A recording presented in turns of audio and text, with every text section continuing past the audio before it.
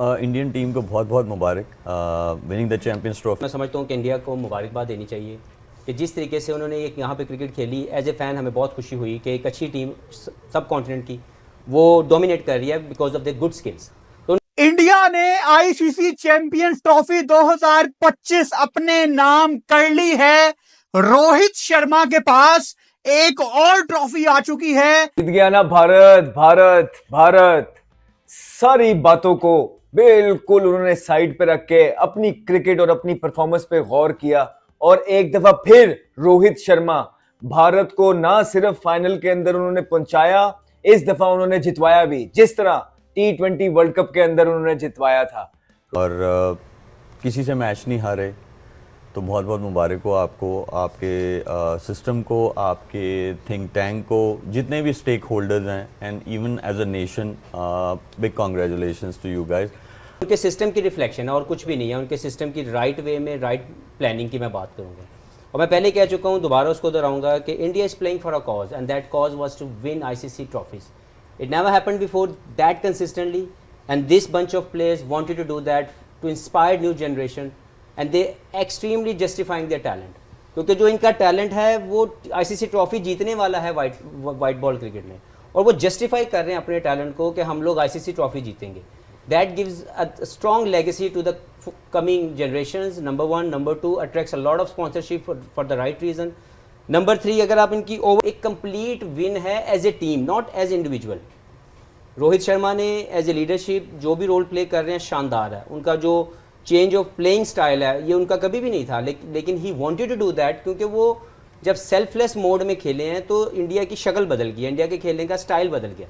2022 के Asia cup से ये काम शुरू हुआ है। आप देखें आज तक दे आर विनिंग, सिर्फ एक फाइनल हारे हैं जो इनका they should have win that but नहीं जीत सके।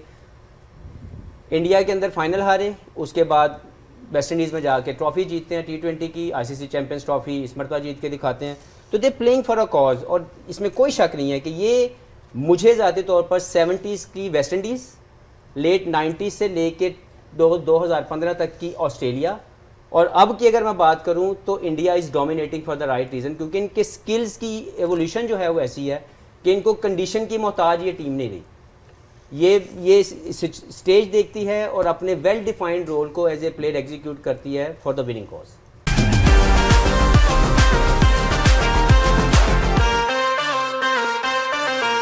रोहित शर्मा की बैटिंग तो अभी इस पे आते हैं, लेकिन एज अ कैप्टन आप चेक करिए उन्हें कि वो T20 का भी फाइनल खेल रहे हैं, वो वनडे का भी फाइनल खेल रहे हैं, वो टेस्ट चैंपियनशिप का भी फाइनल खेल रहे हैं, फिर आईसीसी चैंपियंस ट्रॉफी का भी फाइनल खेल रहे हैं, जिसमें से 2 फाइनल वो जीत गए। एक T20 वर्ल्ड कप का फाइनल जीते और आज बड़ा मार्का मारा चैंपियंस ट्रॉफी, चैंपियंस के चैंपियंस बन के बाहर आए हैं और बड़ा मैच जीता न्यूजीलैंड से आज। और क्या परफॉर्मेंस रही है। रोहित शर्मा एक दफा फिर फ्रंट से लीड किया उन्होंने दिखाया कि कप्तान किस तरह के होते हैं। जहां पे बड़े मैच आ जाते हैं, जहां पे स्टेक्स बड़े हो जाते हैं, उनके बड़े वहीं खड़े होते हैं। और अगर आप ऑपोजिट देखेंगे तो जहां पे स्टेक बड़े हो जाते हैं, हमारे बड़े वो पड़े होते हैं। कुछ इसी तरह का हिसाब है। 2 टीमों का कंपैरिजन बनता नहीं है। क्या शानदार बैटिंग की है, बहुत जबरदस्त बैटिंग की है। और जो पार्टनरशिप गिल की और रोहित की लगी, सेंचुरी पार्टनरशिप थी, उसमें गालिबन कोई 29-30 स्कोर गिल के थे और बाकी सारे का सारा रोहित शर्मा का था। और हम सबको पता है कि दुबई के अंदर भारत ने अपने नाम कर ली है।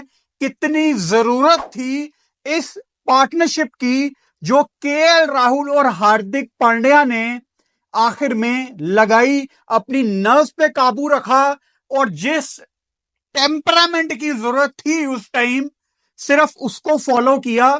मतलब ये 2 वो खिलाड़ी हैं, केएल राहुल और हार्दिक पांड्या, जिनको बहुत ज्यादा बू किया गया है पास्ट में, और ये बू करने वाले कोई और लोग नहीं थे, ये भारत के अंदर ही थे। अभी अभी इंडिया ने चैंपियंस ट्रॉफी जीती है, मेरे सामने सेलिब्रेशंस जारी हैं, प्लेयर्स के आंखों में आंसू। सबसे बड़ा सवाल कि क्या रोहित शर्मा रिटायरमेंट अनाउंस करेंगे? अभी अभी तो मैच खत्म हुआ है, ये वीडियो बनाते हुए मुझे नहीं पता किसी को नहीं पता। मेरा सवाल आपसे यह है कि क्या रोहित शर्मा को ओडीआई से रिटायरमेंट अनाउंस करनी चाहिए? देखो, क्रिकेट में कहते हैं कि आप अपने हाई पे अगर क्रिकेट छोड़ के चले जाओ तो हमेशा आपको याद रखा जाता है। अभी 2026 में टी20 वर्ल्ड कप है, जो कि ऑब्वियसली टी20 रोहित शर्मा नहीं खेलते। 2027 में अगला ओडीआई वर्ल्ड कप है, जो कि अफ्रीका में है, थोड़ा दूर है, मतलब अभी 2 साल का टाइम रहता है।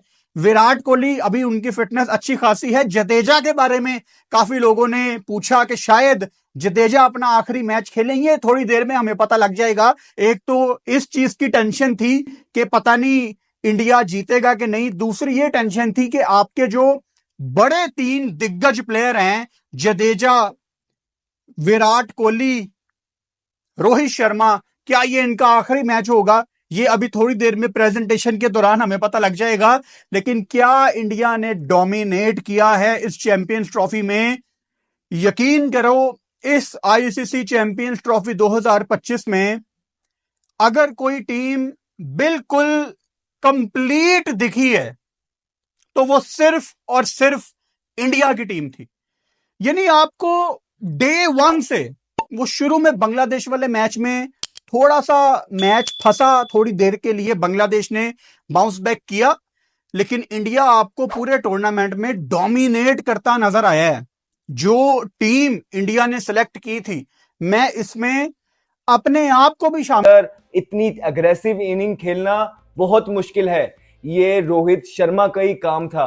किस ईज के साथ उन्होंने प्रेशर रिलीज किया, कहीं से लग रहा था कि वो फाइनल खेल रहे हैं यार। इतना बड़ा मैच, इतना प्रेशर मैच, कहीं लगा कि उनकी टांगे कांप रही हैं, कहीं लगा कि उन्होंने ठक्का लगा लिया है। नहीं, उन्होंने अटैक किया। हालांकि पूरी दुनिया उनको ये मशवरा दे रही थी कि रोहित शर्मा को चाहिए कि थोड़ा सा लंबा जाए, लेकिन उनका एक जो टेम्पलेट था, उन्होंने अपने आप को राइट प्रूव किया। क्या शॉटें मारी हैं यार, और जिस तरह की शॉटें मार रहे हैं, स्पेशली वो जो निकल के मारते हैं। आप देखें कि वो क्रीज का भी यूज कर रहे हैं, फीट्स का यूज कर रहे हैं, उसके बावजूद भी जो इंपैक्ट का टाइम आता है, उनकी हेड पोजीशंस और बॉडी कितनी अच्छी, उनका बैलेंस बना होता है, सारा एक लाइन के अंदर है, और थ्रू द लाइन वो पूरा ले जाते हैं और लंबे लंबे छिक्के। फिर जब वो फीट्स का यूज करते हैं, बॉलर थोड़ी सी अपनी लाइन पीछे खेलता है, और इतना स्ट्रॉन्ग आई है इनकी, इतने क्विक हैंड्स हैं इनके, वहीं खड़े खड़े मिड विकेट के ऊपर से छिक्का मार देते हैं। और इस टाइम पे फिर बॉलर क्या करे, फिर बॉलर इतना अंडर प्रेशर हो जाता है कि उनको बुरे बॉल भी करता है। आज तो हमें स्कूप भी देखने को मिला। फिर जब स्पिनर आए, स्पिनर्स को भी आड़े हाथों लिया। मुश्किल पिच था स्पिनर्स के लिए। न्यूजीलैंड के स्पिनर्स ने अच्छी बॉलिंग की है, लेकिन जब तक रोहित शर्मा खेल रहे थे, उन्होंने क्या इम्प्रोवाइजेशन की है, क्या उन्होंने मजेस्टिक इनिंग खेली है। और वो जो भारतीय क्राउड भरा हुआ था दुबई के अंदर, उनको एंटरटेन किया है। वो बहुत एंटरटेन हुए होंगे। ये होते हैं एंटरटेनर्स, ये होते हैं प्लेयर्स, कि ना सिर्फ अपनी टीम को